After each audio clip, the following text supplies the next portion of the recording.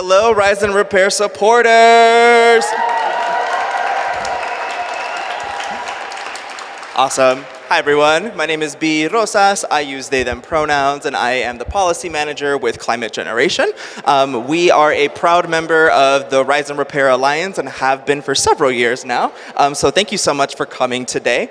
It has been quite a joy to see just the many different communities that come together all over from Minnesota to come and advocate for really great climate justice solutions. So thank you so much for coming out today. It is such a busy day. I know a lot of you commuted from very far places to come here, so I just want to give y'all an opportunity to give yourselves a round of applause for coming over today.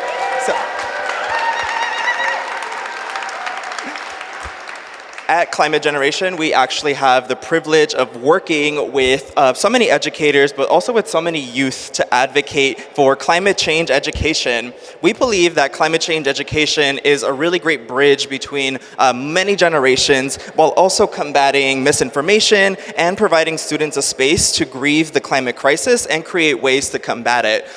Students are often in our schools for so many days out of the week, for so many hours out of their day, and it's important that we give them lessons about learning about climate justice while also advocating for it and providing them a space to do so. And what better place to do that than in schools? At Climate Generation, we also love to center the voices of young people through our Youth Environmental Activist high school program.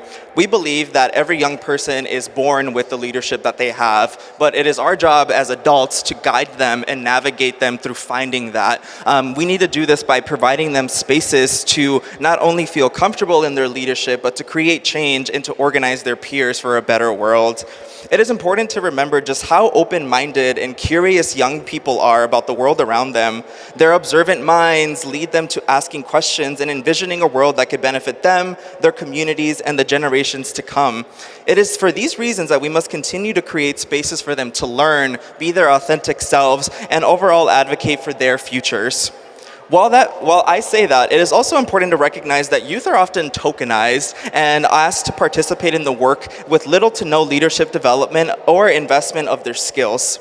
I speak from experience when I say that often we are thrown into the fire and often we are told that the future is in our hands when we weren't the ones that really created the problem to begin with. So just kind of keep that in mind as we continue to advocate. Combating the climate crisis and building a better future shouldn't just be in the hands of our youth. And you are all living proof that it's going to take all of us to get us through all of these hard times.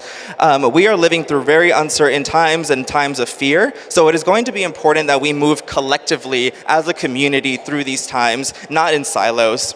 I feel confident that we will get through these hard times together, but we must be willing to do that in a very collaborative way.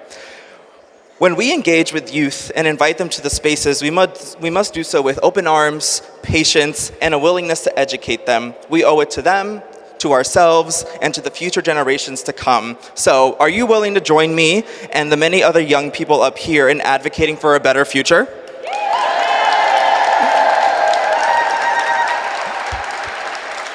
Are you willing to join us in making a future that is going to actually be equitable for all of us, not just some of us?